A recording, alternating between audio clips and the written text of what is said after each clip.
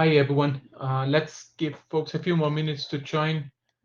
My co-chair, John, isn't here yet, so.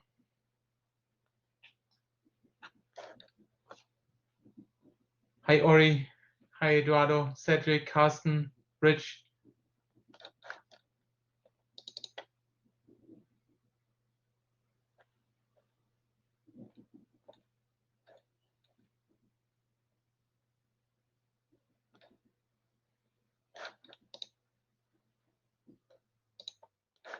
Thanks, Ori.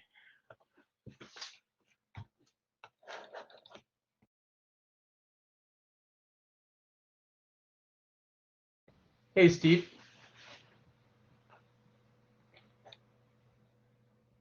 Folks.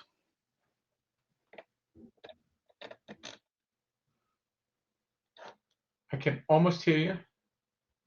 Almost? Now it works. Okay, I'm not sure if that's, I think is that right?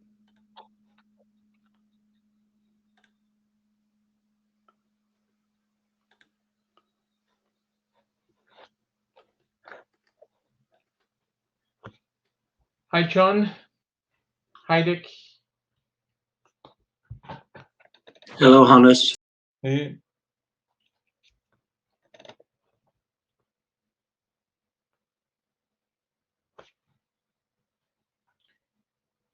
Let's wait 2 more minutes and then we get started.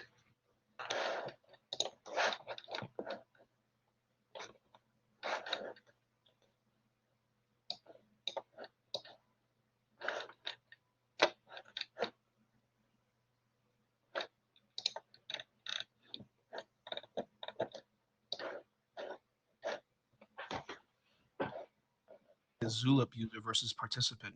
Is it just the chat? Say that again. What does it mean to be a Zulip user versus a participant? Does that mean they're just on the chat part? I was wondering about the same. I have no idea. Okay, just curious.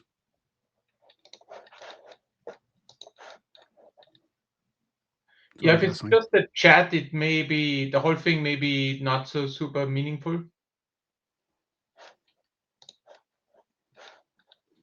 Doesn't Zulip, wait, was this one of the meetings that actually takes all of our text and turns all of our conversation, pops it as text, or is that just on the meetings itself? The IETF meetings? Good question. Transcribing. I think it's the IETF meetings that transcribes everything. That's there, it makes sense. Yeah, but those are real humans, right? Isn't it? Yeah. We still have some of those around. Yeah, and machines have not taken over. Check.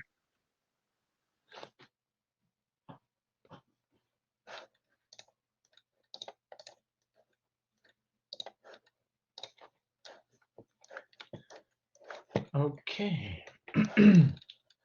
John, I think we are ready to go. Hey, Hank. Hey, Charlie.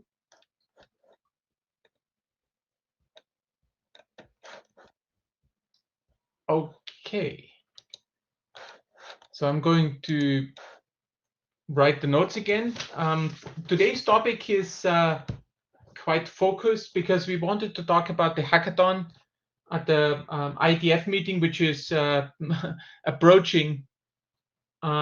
It's next Saturday and Sunday. And so John and I met before this meeting to double check on who is registered already for the hackathon. We noticed very few of you are actually registered. So I'm wondering whether that was intentional or whether that was an oversight. Like I'm registered, so is John. And I've seen Ray being registered, but I think Ori, are you? Oh, you are registered as well, but you didn't indicate that you are going to do anything for SCITT. Is that true? I don't have any committed plans for the hackathon currently. I'm sure I'll have lots of things related to SCITT that I could work on during the hackathon. Yeah, that would be good. Steve, what about you? Are you going to dial in? I'll be there for the meeting, dial in for the meeting, definitely. The hackathon, I've just found that all the conversations are in person, and trying to get people to connect through the box is almost overly limiting to the conversations that happen on site. So I was going to let Skip those that. that appear might really get creative. Yeah. Dick, are you going to be on site for the hackathon, or what's your plan? So I will not be on site for the hackathon, but I was planning to dial in. Okay, but you still want to dial in to the meeting, to the working group session, or to the hackathon? I'm hoping to do both. Okay. Do you know that like you should register for the hackathon? It's free of charge and so on and so on. But it may be good to just, in case you haven't done it yet, just indicate SCITT as a topic you will be working on, and maybe you will even receive some links for some remote participation. But otherwise, we will work something out.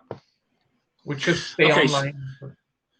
Yeah, so I'll go ahead and register, but as I indicated, I won't be actually on site. That's okay. That's okay. But since you also put together the proposal, it would be good to have you within arm's reach, and whatever that means in this case. But Yep. Yeah, and I think, I've seen what John showed me how his solution works, the SCITT solution works, and I'm very confident that providing him a payload for the FDA use case, I'm confident that John could actually show this in operation. excellent. Yeah, John will talk about that a little later. Hank. If I can find it, actually, I don't know where I stashed it because I have too much things. I'll bring a meeting owl. That's a 360-degree table thingy, as typically the hackathon tables are round tables. I can set it in the center of one of the round tables. It's a little bit frustrating to be the only one in a Zoom meeting looking at a table where only 3 people sit sometimes. But I think for interaction, we have other tools. So for the immediate interaction, there will be an owl, a Hank supplied owl, I assume. But we need another thing that we have to talk on. And I think the IETF Slack is, for example, one of the things that we could utilize to chat and sync or asynchronously sync actually on the things we're doing right now at that weekend, especially if you are in the US time zone. I think Slack is really convenient. Okay, so I will set something up so we can make use of this sort of like chat and video capabilities for remote participants. Cool. Okay, Charlie, what about you?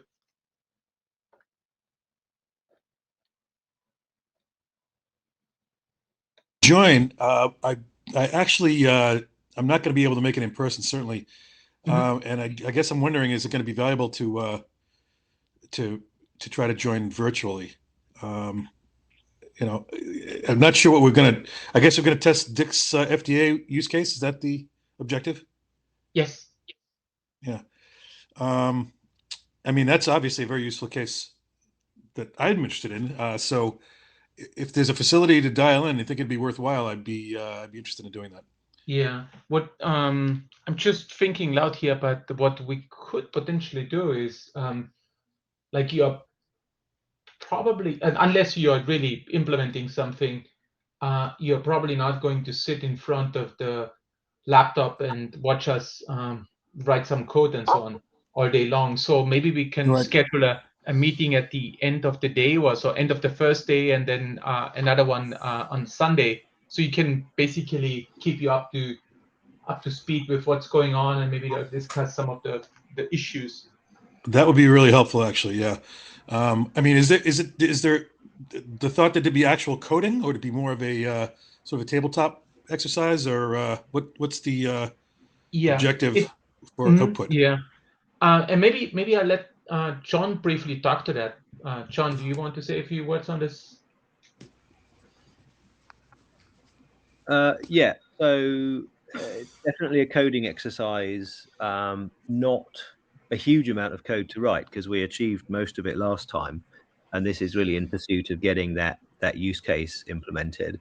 So my hope would be that we kill two birds with one stone with this exercise. One is to prove that you can do something useful based on the building blocks that SCITT provides, which means doing an end-to-end use case. And what I would hope to take is the document format from Dick, register it through the proposed standard REST API that's in the architecture into two SCITT services. That's my one that my company builds, and the emulated one that's in the open source emulator. And then so that it's verifiable. So we've got the end-to-end use case proven. But also from a sort of spec and working group progress point of view, what I'd then like to produce is a nice diagram, a kind of simple box architecture diagram of the things that are happening in SCITT components using necessary SCITT technology, and the things that are happening in what I think we tend to refer to as a system built using the SCITT components. Because we have a lot of discussions about identifiers and public keys and access controls and searchability, this idea of being able to look up things in the registry. And what I'd like to produce at the end of the hackathon is, yes, working code, but also help to disambiguate what is in and out of scope of SCITT in a complete end-to-end implementation. And I think the coding might be difficult to do collaboratively over an OWL, but definitely guiding the use case and writing up that documentation and layering diagram, I think could be very beneficial to work together with people. Yeah, that sounds very interesting. I guess, is Archivist going to be donating code to this, or obviously there's a limited amount of code only in the SCITT archive, if you will. Yeah. So I know there's an Azure implementation, and there's also, Archivist is not that far off in a lot of ways from SCITT. What are Indeed, you guys going to be doing company-wise? So all of the client stuff is donated, and as far as we found last time, any discrepancies between our implementations and in things like Go Cozy and whatever, we just changed ours to match the standard. So at an interoperability level, we're fully interoperable with the fully open source thing. So anything going into a code integration, as in code you'd put on another tool to call either register a claim or get a receipt, whatever, is all open. We writing that in a separate repository under MIT terms that folks like Microsoft have also committed to. We're not donating our back end. Not that we particularly object, it's just hard to take something that was built proprietary and open it up.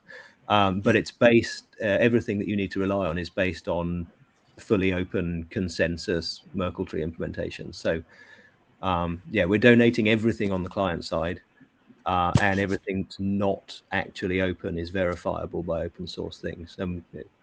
We're moving more towards the standard, but it takes time to take things that already exist and open them up. But everything new we're writing is open. Okay, thanks for clearing that up. Appreciate it. Thank you. Dick, do you want to pile on to that? I do, Hannes. I just want to make the comment that the materials that will be provided by REA is actually an open source XML schema called the vendor response file. And I've been talking with Hank about how we can go ahead and gift that over to the IETF so that you can take that on as materials owned by the IETF. So that will be donated as well if there's any interest in having that available. Thanks. Yeah, it may be good to load that somewhere so we can all have access to it during the hackathon. Yeah, that's no Yeah. problem. The Catalog. XML schema is online. Yeah, the XML schema is online. I'll post a link to it. Okay. Do we I have a put it- list of those tools that are available right now? Well, I put one link into the meeting minutes about the SCITT API emulator, but John, you mentioned some other code in addition to that, right? That you could point to, and I know Ori has some code as well, so maybe you guys could put all the links into the meeting minutes. Let me send the link to the chat window. Yeah, we can put them in there or into, well, I don't know. So everything kind of stems off the SCITT emulator repo. So you can sort of start there, and if you just install all the Python dependencies, you kind of end up in the right place, because it's using the standard cozy library and things like that. And in my backend, I use Go Cozy because we're Golang, which again is all sort of standard open source, but we didn't make that. We're just making sure we use the sort of best of breed open source. So certainly, I mean, maybe as part of the hackathon, just having better documentation for that set Right. makes sense. Yeah, I recalled that we created a separate repository as part of or underneath the official IETF working group's Git repo, and so we could put the documentation then there and then point to the rest. So basically documenting this hackathon and having pointers to the like Ori's code, your code, and all the other things. Because obviously that would also be valuable if we have just a number of different independent, let's say, client-side implementations, like people using different cozy libraries, different receipt libraries, and so on, parsers and creators, and so on and so on. I think that would also be useful if we could actually play around there as well. That would be the interoperability test, essentially. Yeah, I confess I was lazy on that one. I recorded a video of it, but I didn't write it down in text. We can do that. Oh, you recorded the video? Yeah. Okay. Yeah, if you put it into the chat window, it's good. Okay, thanks, Dick, for the link. Okay, perfect. So I think we have a couple of building blocks already, and we'll obviously try to put these things together. And if we are lucky, everything works out great. My experience is that there's still a little bit of gluing work that needs to be done, so that will have to follow.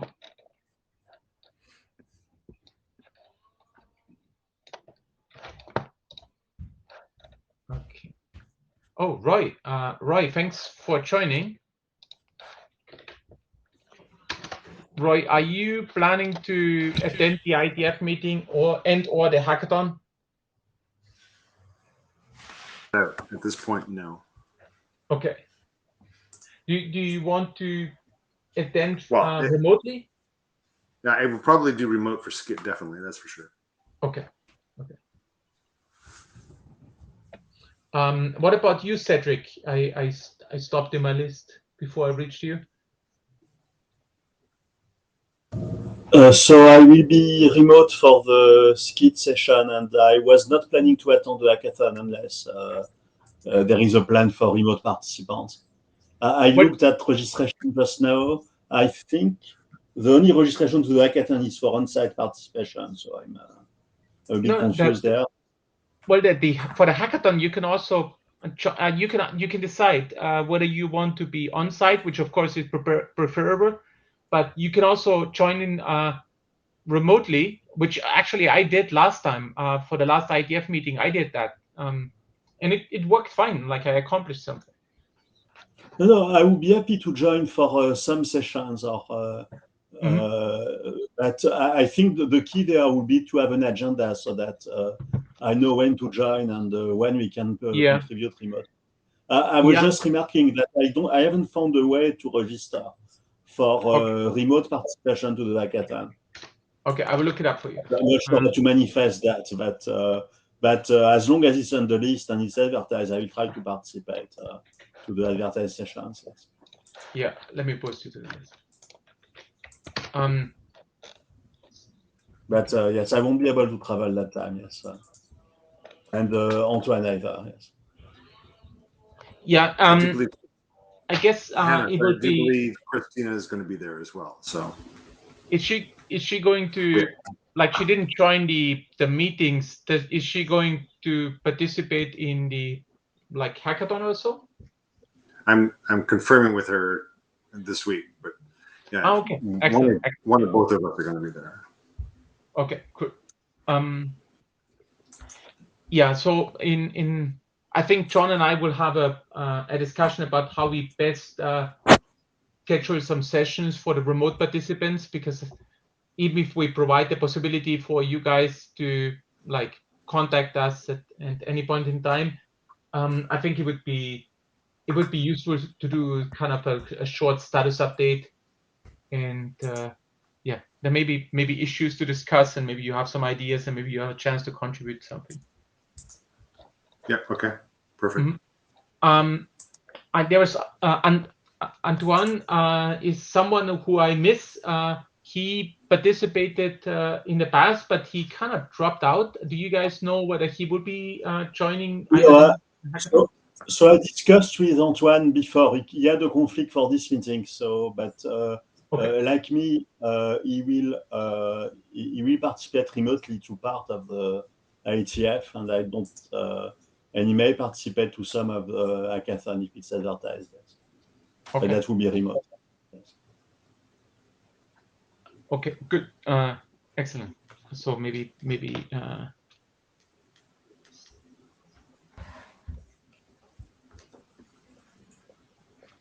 okay. Eduardo, what about you? Yeah, I'm not sure yet, mostly because also of time difference. Being in San Francisco doesn't help me from Germany. So sure. Yeah. But for sure, if you set up something like the one-time meeting or like discussion for a final architecture, that one for sure would be helpful for me. And maybe also my other question was regarding not admission policy, but I don't remember the name at the moment. Sorry. The registration? Yes, thank you. The registration policy, if it's something like included, I did not really got it from John idea, let's say, if it's something we wanted to push this hackathon or not, per se. Oh, okay. Okay. At this hackathon, like we will set up the demo that Dick described, or like that use case, and then we will see what we actually need, what pieces are missing, and whether we need to, or maybe everything is there and we are just happy at the end of the day. That would be good to know as well, right? That would be a good outcome. Yeah. Mm-hmm. Okay, but then I will follow up with the building blocks and the stuff that we're doing. But coding wise, I'm not sure I can follow directly. Just like depends on the time here. But yeah. There's I have to check actually myself what the example code is written on. I think the SCITT emulator is. It's I think that's when it's in Python. Oh, okay. Yeah. Okay. Yeah. Well, but of course you could. That's the beauty with a standardized solution. You can like swap out one implementation against another one, and that should still be fine, right? That's the whole point. Yeah, hopefully. Yeah, TypeScript one would be great if somebody wants to write that. Yeah. Okay. Good. John, do you want to briefly go over the sort of like the demo layout into like what we discussed previously? like what you explained to me on how you think this should best be done? Yeah, maybe let me just grab a slide that can help help explain it.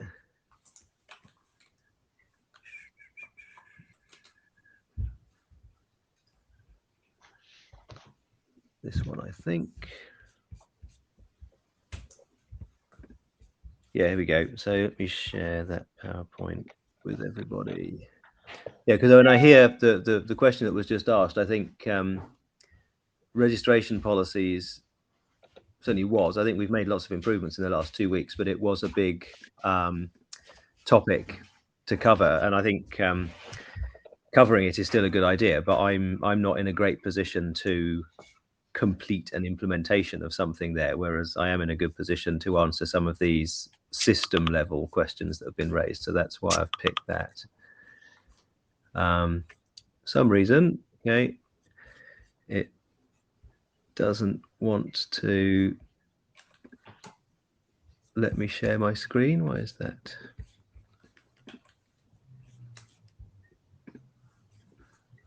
Yes, I do. I want to share.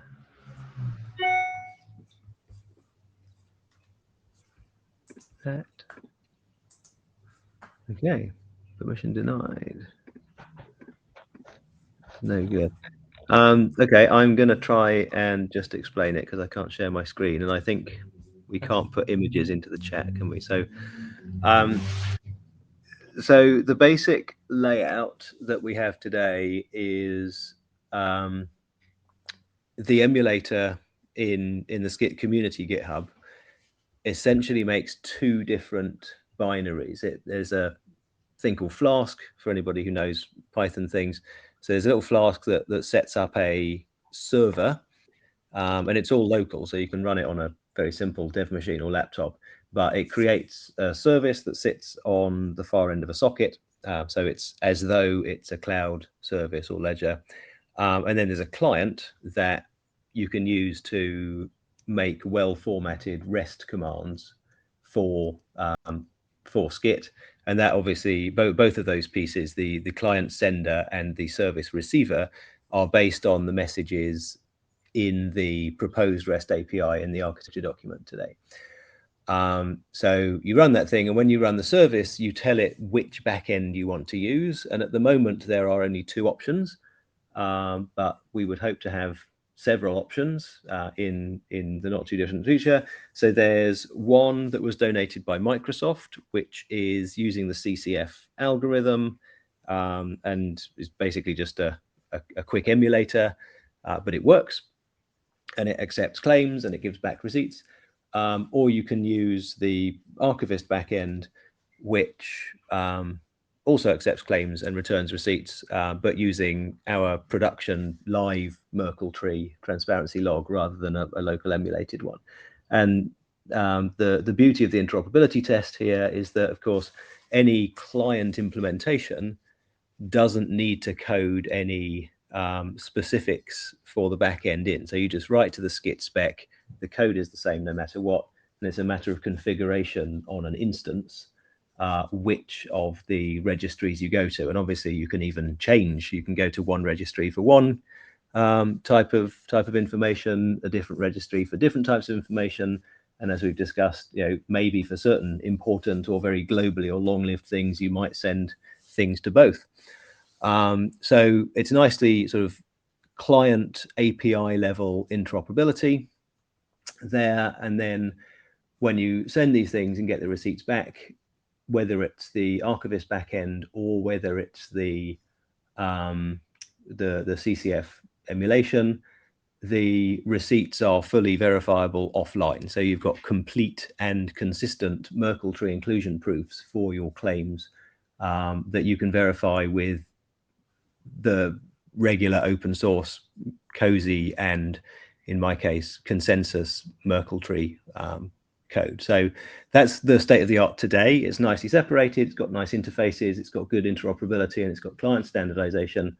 So what I'm hoping to be able to demonstrate, and as I said, sort of make some progress on the spec at the same time as code, is to answer some of those questions about things like searching the ledger, recovering receipts that you've lost, querying indexes for the latest one, whatever the latest one might mean. So specifically, not to touch registration policies per se, but to be able to discover things like what's the thing in this feed with the highest SVN, because the security version number stuff has been interesting. So what I'm hoping to prove with that is to show what things are not needed to ever be in the SCITT specifications because they're not building blocks, but they can be added on top. That's an important question, versus things that really do need to come down into the spec and be formalized, such as the long-lived identifiers that we've been discussing. And any sort of tweaks or pokes that people would like me to look more or less strongly at in that layering, I'm very happy to take that input. So John, so you will be looking at the query functionality. I think that would be very useful because we talked about this at several meetings so far. So that I'm interested in doing something on the did web method and like exercising that type of flow, and maybe documenting some of it as I'm trying it out. So I don't know if others have other topics they would like to look into, or whether they want to jump on some of those that, for example, John just outlined.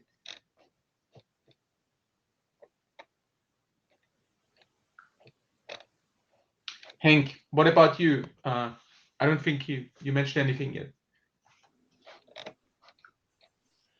Yeah, I'm typically I'm writing I'm hacking on text as I normally do. There's one thing I want to highlight here, not as a implementer but as a topic, and that we were attentively discussing a resolver response that's in CBOR. Say that again. I didn't quite resolver response. Resolver response. I did resolve response in CBOR format. That seems to be kind of relatively low-hanging fruit, and we were always a little bit on the edge on: do we really want to use did web did, or do you want to need our own? And I think the consensus was reuse as much as you can. And now that Ori provided all this text that says, yeah, well, resolution and dereferencing is not the greatest specification ever. And so we have to rephrase something here. Maybe that's also we might want to have a look at and a discussion about. So I want to float that topic at the hackathon and understand how people feel about a response for it here in this context that is CBOR format. It might again be a low-hanging fruit, but I'm not entirely sure. And I think that's one of the tasks I have on the list for the hackathon. Find that. Okay. Do we have some other implementations of the receipt? Because that may also be useful, because the client, we want to have the client verify the receipt, and so we have a sort of receipt functionality, receipt passing functionality on the client. Maybe do we have? Since you and Ori are working on the receipt specification, do you have a list of implementations?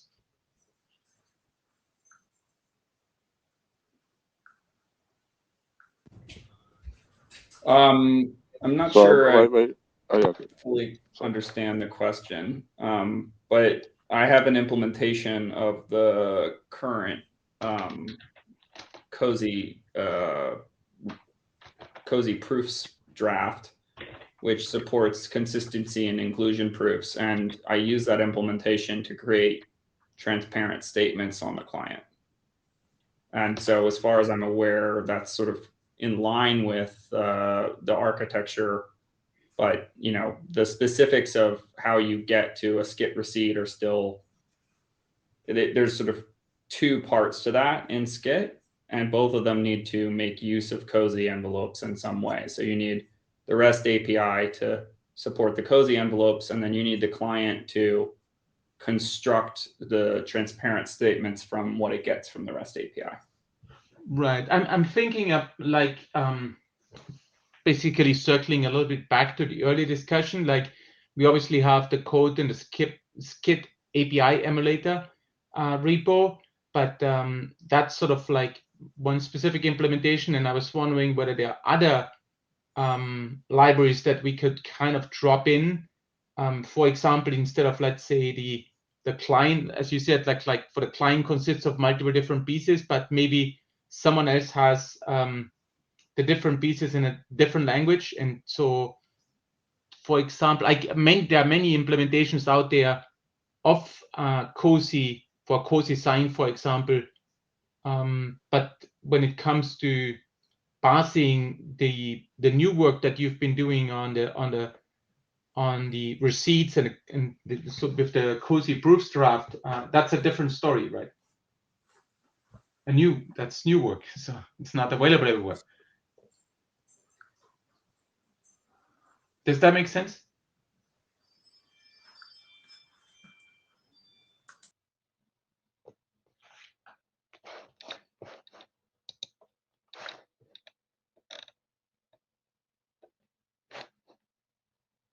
I hope it makes sense. Good. Okay. Perfect. Good. Do we have some other topics we need to discuss? Anything else you would like to bring up? I guess because it ate a lot of time in the last hackathon, I'd like a kind of preliminary discussion about identifiers for artifacts, identifiers for transparent statements, line statements, and policies. Because we spent a lot of time at the last hackathon talking about that. And so I wonder, are we going to do that again? Have we found a kind of good edge for that box? Do we want to just leave that box as it is and spend our time on other things this hackathon and, come back to that eventually? If we try and do too many things, we won't make great progress on any of them. So this potentially coming up, and then we could have like several very hard topics that we're trying to address all at once.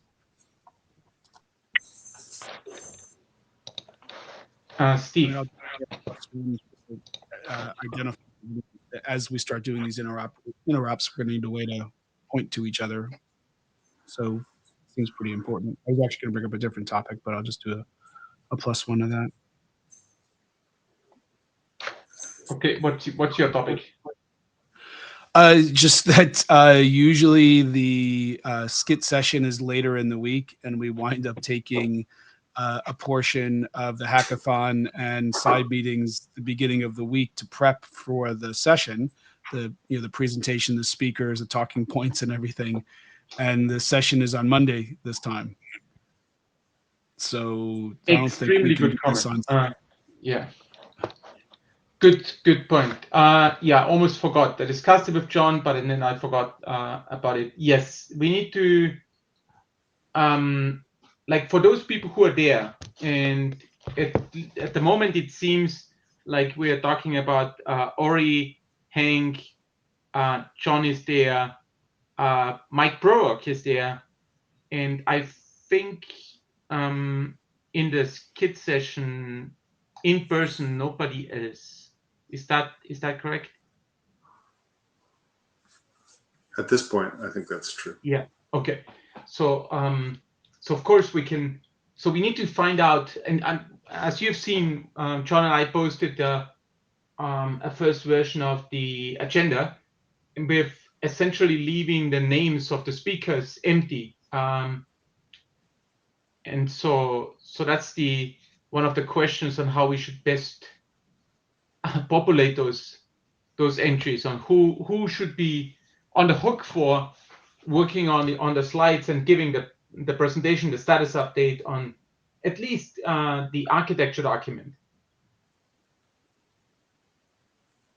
The use case document hasn't seen an update, so that's another topic we should be talking about, whether that's essentially finalized and we don't need to do further work on it, or maybe we need to do it, but haven't had time because all our energy was with the architecture document. So it's really up to you guys.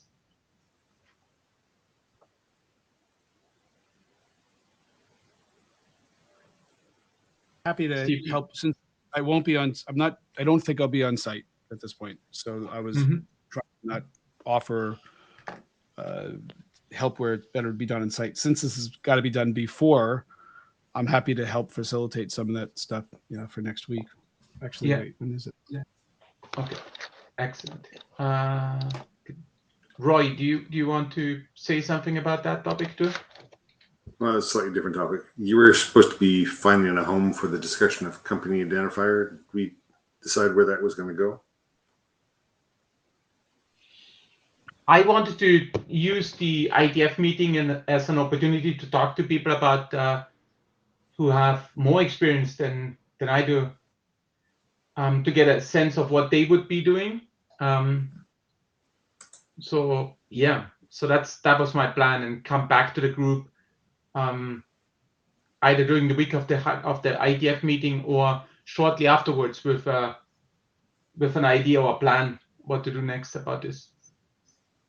Okay, because I put out a proposal where it's less problematic to have identifiers figured out before then. Give us some breathing room.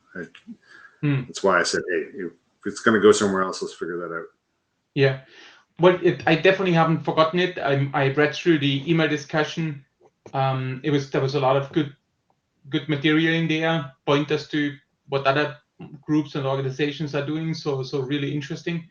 But yeah, I don't know. I don't have the answer right now. So I need to talk to others who work in that space or worked in that space in the past. So the reason I bring it up is that if you're going to use PGP keys, then potentially the configuration of what identifiers to trust will change the identity registration policy on the SCITT on the ledger quite often, which means this identifier and how to track it in the receipts becomes much more important. If you think it's very slow changing, you've got some room to maneuver. But if we think we're adding identities on a high rate, we're going to need to cross this bridge sooner than later.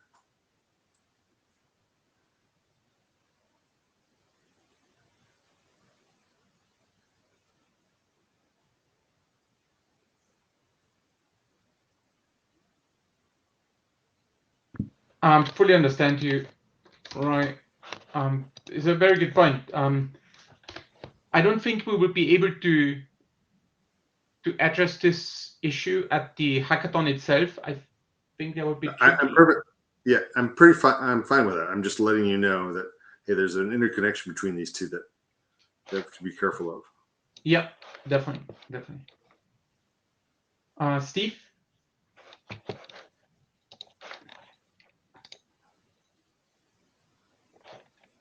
Steve, your hand's still up. Yeah, sorry, it's down.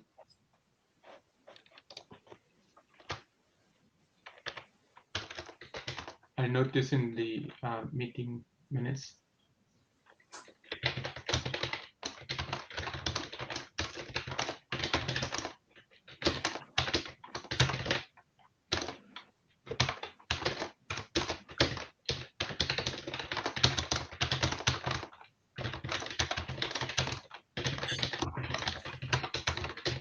Okay. Good.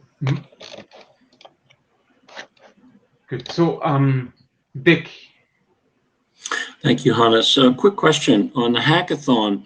Will VPN access be allowed so that I could participate as a client-side consumer to query the Archivist or John's server-side implementation? I think we could just give you, so in the past there was a facility to enable VPN to connect, but I think it would probably be easier to, for example, in John's case, I think it's running, the backend is running in the cloud anyway, right? Yeah, so I think the right way to do it would be we push, I obviously I'm happy to do most of the lifting, but anybody who wants to participate and actually push code, we should just be making very regular commits to a branch on the current repo, and then we don't need any special network connections because it'll just work from wherever you are. So I'll get you instructions for that, Dick, so you can play with it yourself, and I'll put them somewhere where everybody can see it. Yeah, that would be great, John. If we could do some testing beforehand, I can give you a payload that would roughly equate to what an FDA medical device manufacturer might submit for SBOM in particular. And then I can do the consumer side, the FDA side, and draw that material down from the registry and then parse it. Yeah, thanks. Okay, that'd be great. Thank you.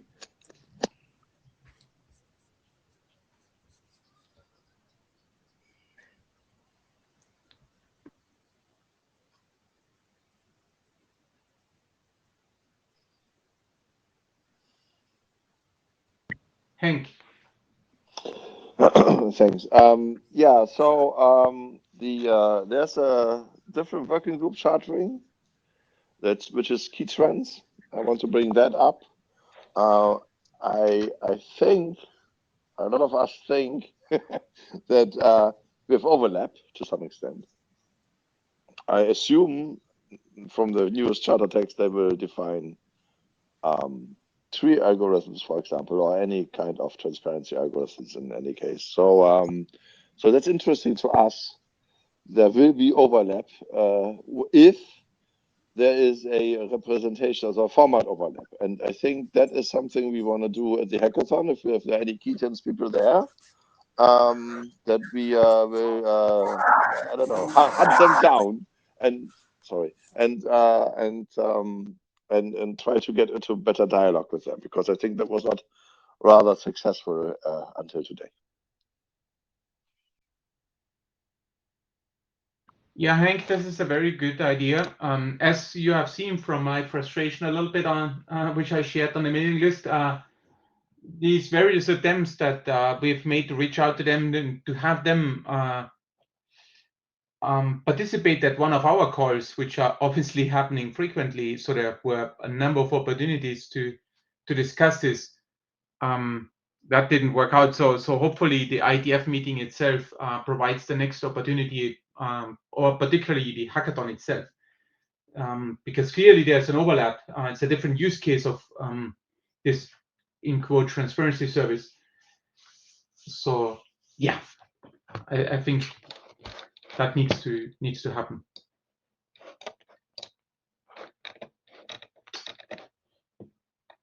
Good. And I'm seeing that positive in both ways, that I think there is something for them to reuse, but maybe there's also something for us to benefit from, because they have some additional privacy requirements which maybe may not exist in many other areas, but it's still maybe useful to see how this gets incorporated.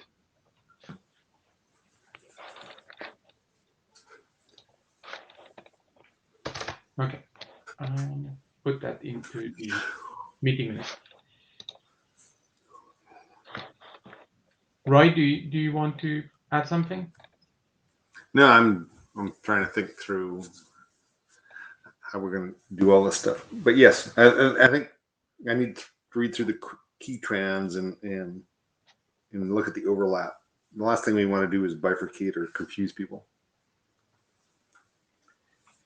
Yeah, that would be unfortunate. Yeah, Cedric, do you want to say something about the overlap?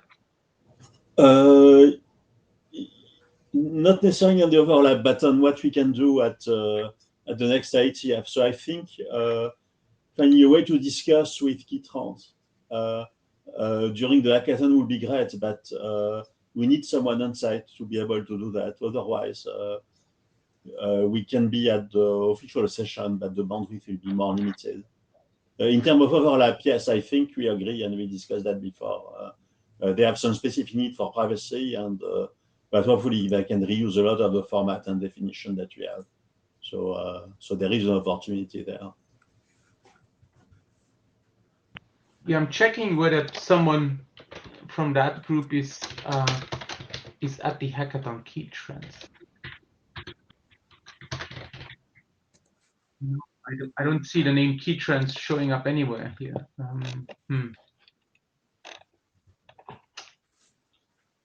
Okay, so maybe we need to organize a site meeting for those who are there in person. We maybe need to schedule a site meeting with them. So I put that into the meeting minutes to see, because my quick search didn't lead to a success on the hackathon participants, because the topics are also listed. When you go through to the hackathon registration page, you can see who's registered already, and you can, and there's an indication. Of course, that's not completely filled out, unfortunately, but there's at least many people indicated what topic they will be working on, and so that would be useful otherwise. But I will add this to the meeting.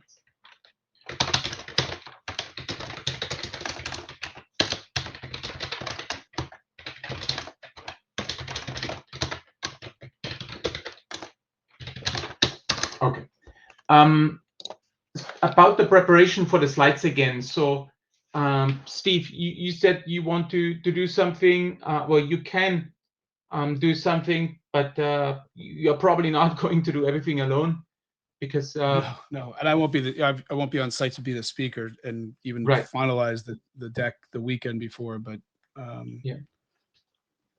So who volunteers to be the speaker? Someone has to talk about it, and it won't be John and myself, right? So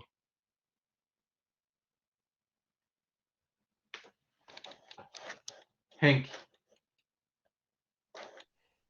Well, I can always serve as this is Hank. I can always serve as a fallback, of course. I'll be on site, and I'll be talking to, I guess, all the involved parties, and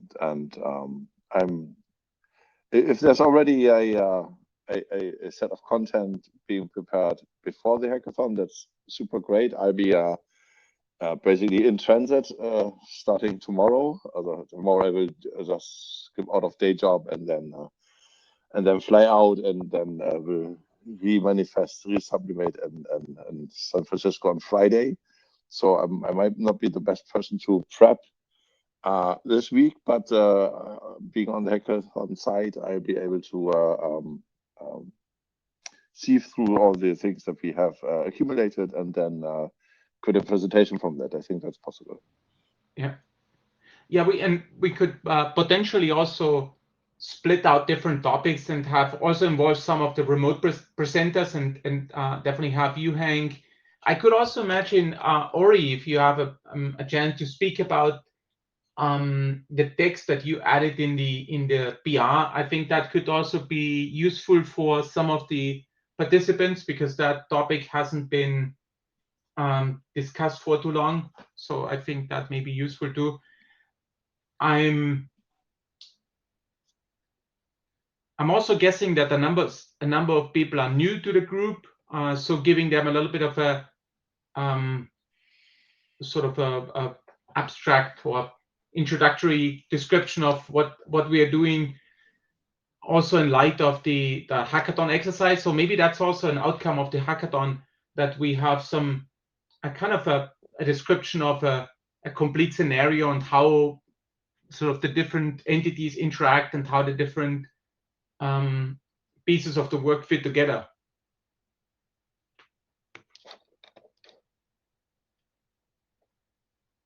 John, maybe you could talk about that during the hackathon slot. Yeah, hackathon I'm happy to do that one.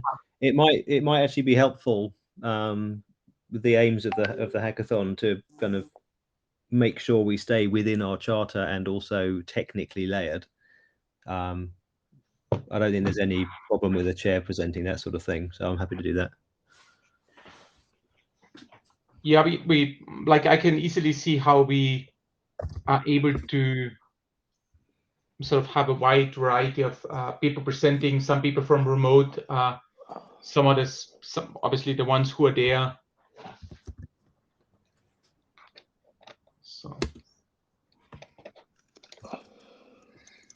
good. Okay, that's, I will note that in the meeting minutes.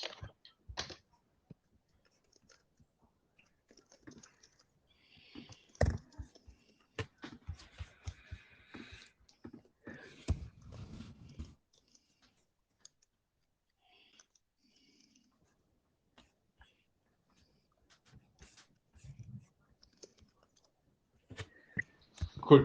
Okay. Good. Any other topics?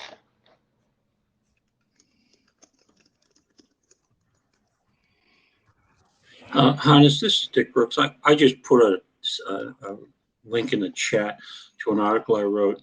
There's the National Cybersecurity Strategy Implementation Plan came out last week, and the first milestone deliverable is on IoT cybersecurity labeling, and that's due. That work is due in September, by September 30th of this year. So I point out that SCITT Trust Registry could also be useful in that context as well. Thanks.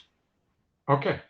Interesting. Yeah. Well, this article is new, so this is the what does labeling in this case mean for IoT?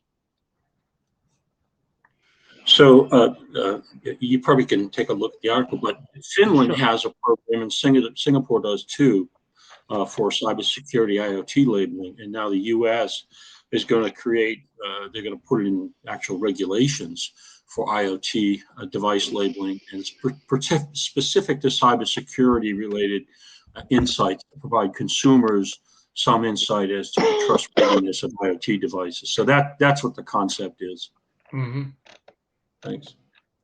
Okay. Definitely have a look at that. Thanks a lot. Yeah. Cool. Yeah.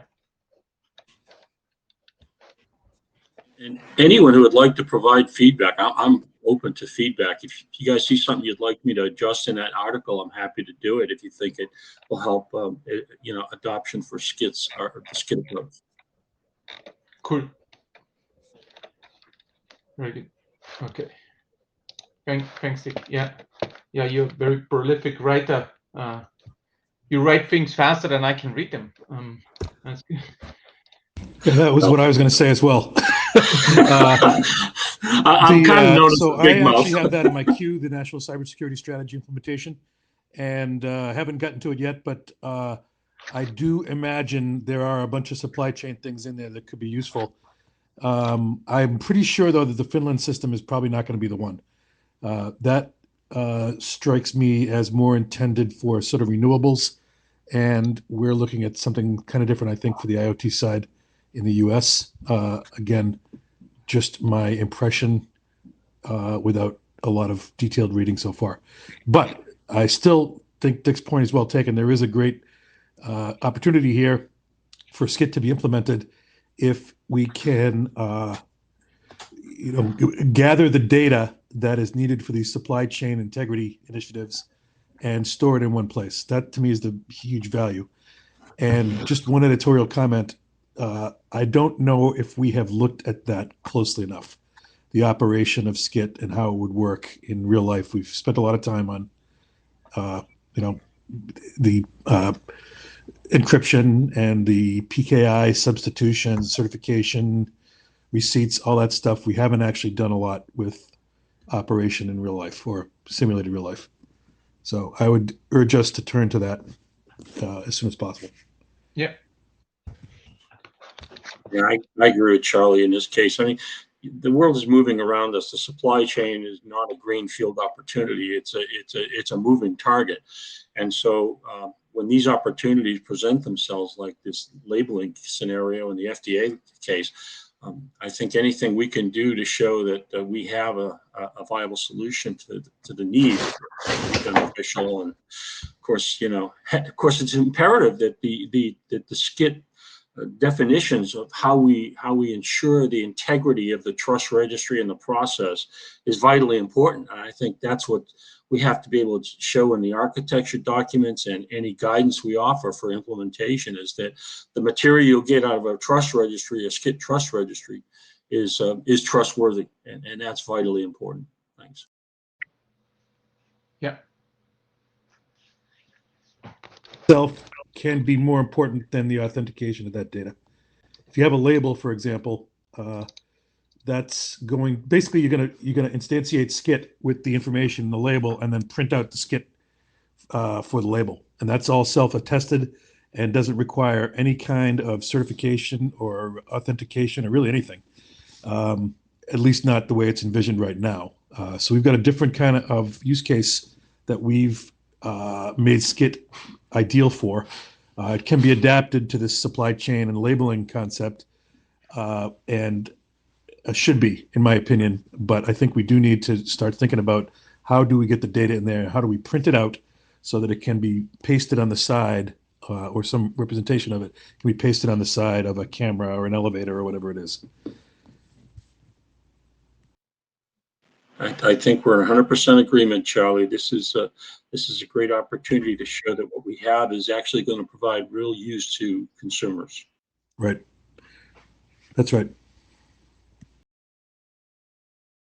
I have to drop out, join another meeting, but thank you all for the discussion, and hopefully see some of you in person, and a few others as remote participants at the hackathon. Okay. Thank you all. Right, thanks everybody. So long. John, we'll be in touch. Thanks everybody. Take care. I got to go as well. Bye-bye.